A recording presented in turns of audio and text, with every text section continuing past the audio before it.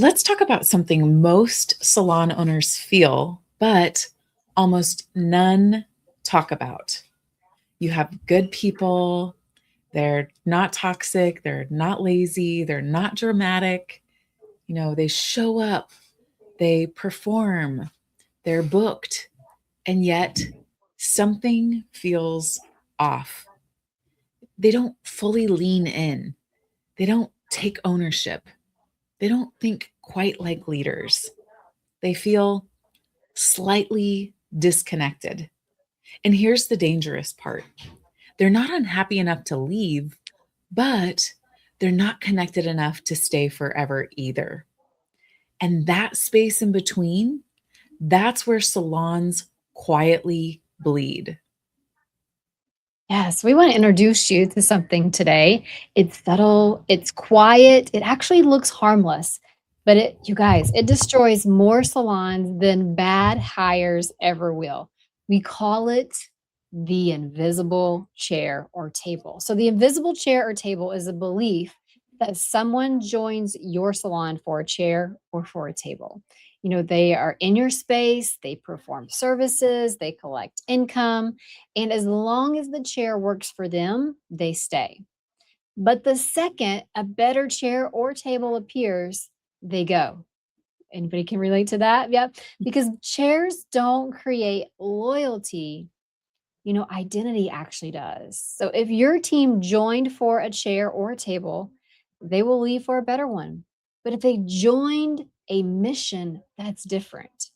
And here's what most owners think when their best people feel disconnected. Like, oh, they just need more motivation, or hey, they just need better and more commission, or maybe they just need more freedom. Absolutely not. No, actually, disconnected people don't need more perks. They need a stronger story about who they are. Yeah, because here's a principle that governs everything in your salon: behavior follows belief.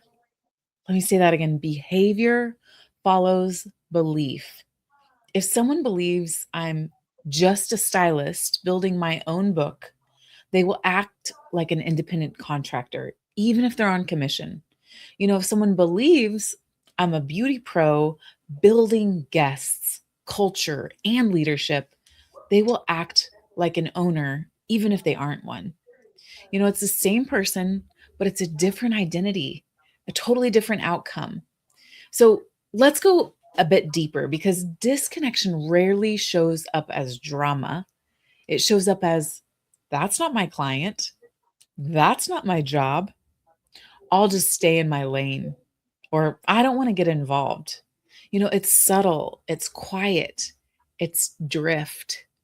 And drift is expensive, not just financially, emotionally, because you started your salon to build something Mm. meaningful, not to manage energy leaks, not to feel like you're the only one carrying the vision, not to constantly wonder, do they really care the way I care?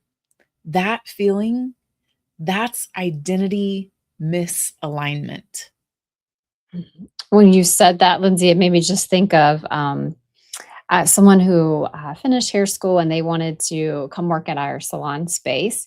And, you ever interview someone, you're just like, yeah, I can tell they're in it for themselves. Like, just with questions, like, what are you going to do for me? Like, how long am I going to have to do this? What is going to be my commission? I'm not saying those are bad questions, but the entire interview was circled around what's in it, for them only. And so I just knew that probably a very talented service provider, I just knew like, hey, that person is in it for themselves, not for our mission. Like they really are not connected to the vision that we want to carry. So for like 2 years, she would go back and forth with me. Hey, are you hiring? Are you hiring? Are you hiring? And of course, we weren't in alignment with each other.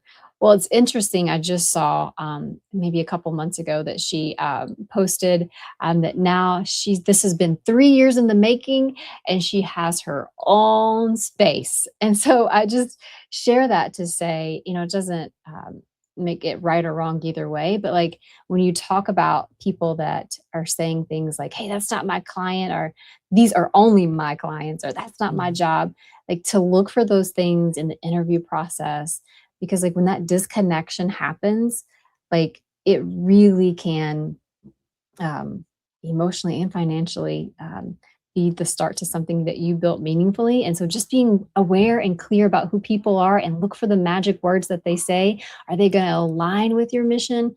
Are they actually going to be disconnected from those values and mission? Mm. That is such a great story, Jen, because it's like it really reminds me of the universal principle that's at play here. Mhm. Everything left unmanaged declines. If you do not intentionally install culture, individualism creeps in. If you do not define what winning looks like, everyone defines it for themselves. And if you do not teach what it means to be part of this salon, they default to survival mode. And disconnection isn't rebellion, it's entropy. And entropy always wins when leadership is unclear. I want to tell you a story too about something that's fresh for us in our community. Our local basketball team is at the college is about to finish up the season. Their record hasn't been that great. It was like 1-11. So there's frustration, there's disappointment, there's pressure. Um, and a couple games ago, there was a press conference that didn't go too hot with the coach. And, he made a decision the next game and he removed the players' names from the back of the jerseys. And I think the message was supposed to be you play for the name on the front, not on the back. So the idea of team over self. But here's what happened, it didn't land that way. It landed like you're the problem. It landed like, "You're not good enough." "You're the reason why we're losing." And after that game, he was fired. And here's what's fascinating because, like, our team, they love him, so people are defending him. They're saying he meant well, or he should have said that. And maybe he did, but leadership is not judged by intention, it's judged by the impact that it has. And when you attack somebody's identity, they don't expand, they actually shrink. And so here's why this matters for you as a salon owner. When a leader says you need to care more, you're not stepping up, you're not thinking like an owner. It's delivered as you are the problem. And so your team shrinks. But when you say, like, this is who we are becoming, this is what beauty pros do. This is what winning looks like here. That expands people. One approach attacks their identity, but the other one installs identity. And that difference changes everything because you can't shame someone into ownership. You can Mhm. only inspire them into identity. Jen, you actually just recently shared a story with me too about, feedback that somebody on your team had gotten. And I had gone through a similar thing. And, you asked the leader on your team, what was missing in our system? Like, that's the opportunity to have that conversation with them to say, hey, you're not a bad person. You just missed this step in our system. And once we improve that, then everything can changes because you can't shame someone into ownership. You can only inspire them into a new identity that would serve them better. Mhm. That is so I'm not, I'm lost for words. It's so powerful if you really think about it. Like, Mhm, how many salon owners are just like, "Well, she doesn't do this, she doesn't do that, like, she's not mhm, doing this," like, and blaming it all on that person, and instead of standing, like, in that power and creating that environment and being like, "Hey, it's not you're not wrong." It's like just this the E of the SUR framework was missing, or the grade framework and the consultation was missing. Like, wow, that's mhm, so freeing. And just think of the people that would want to stay and be part of that environment instead of from a place of mhm, blame and shame. So, great story, Lindsay. I love that. And if you think about it too, the salons that struggle with we were talking about the law of entropy and when leadership is unclear, the salons that struggle with this, like they don't just train skills, they install that identity. Just like Lindsay said, they don't just onboard service techniques, they onboard philosophy. They don't just teach how to do hair, they teach who we are, how we think, why winning matters here, and even what it means here and why this matters.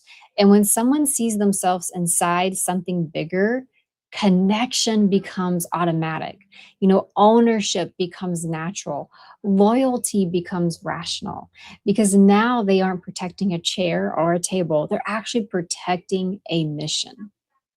Yeah, I love that. When you install all of that, you don't struggle, and that's exactly why we talk about the difference between a service provider and a beauty pro. Because a service provider protects their income, you know, but a beauty pro protects and builds legacy. Builds it is the key word there. And, before we go any further, let's talk about two words because, if we don't define them, we'll misuse them. So the first one is identity. Identity is not your title, it's not your job description, it's not what you do. Identity is simply the story you believe about who you are. Identity is who you think you are when no one's watching. So if someone thinks, I'm just a stylist, they act a certain way. And if someone thinks, I'm a beauty pro, I build people, I build guests, I build culture, I create transformation, they act completely differently. Identity drives behavior. Now let's talk about legacy. Legacy isn't a statue. It isn't something that you leave when you die. Legacy is what continues because you were there. Legacy is what's still working when you're not in the room. If your salon only works when you're present, that's not legacy. If if your culture continues without you pushing it, that's legacy. So when we say a beauty pro builds legacy, we mean they build something that lasts beyond their shift. So when, a service provider asks, "What do I need?" A beauty pro asks, "What does the guest need? What does the team need? What does this mission need?" Those are two totally different identities. An identity installs behavior. You cannot scale a salon where everyone is protecting a chair and worried about their clients. But you can absolutely scale a salon where everyone shares an identity. Lindsay, we were just working with our hospitality team about adapting. We're been becoming beauty pros. We are beauty pros, and using that name so that our guests can see and understand what a beauty pro is. And somebody on the hospitality team said, "Well, what if guys? What if they call and we'll be like, oh, you're beauty pro, Jen, da da da. What if they're like, what is I don't, what's a beauty pro?" And I said, yeah, but here's the missing component. When they understand what a beauty pro is and they see the difference, they may not have the words, but they see the difference between a hairstylist or a barber and a beauty pro. They'll be like, I don't care who does my hair. I just know it has to be a beauty pro. So I Mhm. love just installing that identity. And when everyone comes to consensus with becoming a beauty pro, how much more powerful the company can become. Uh, Mhm. so if you're feeling that subtle disconnect in your team, you guys, that's not a hiring problem. It's not a compensation problem. It's not even a personality problem. It's an identity gap. And identity gaps are teachable. They are installable, they are fixable, but not accidentally. They require intention, language, repetition, framework, and leadership. And that's why we are so obsessed with teaching belief before behavior. Because once belief shifts, everything shifts. That connection deepens, that ownership rises, sales increase, culture stabilizes, and retention strengthens. Yeah, because when identity locks in, drift disappears. And, if you want to learn how to teach that inside your salon, stay with us because this is just the beginning. Your best people don't need more motivation.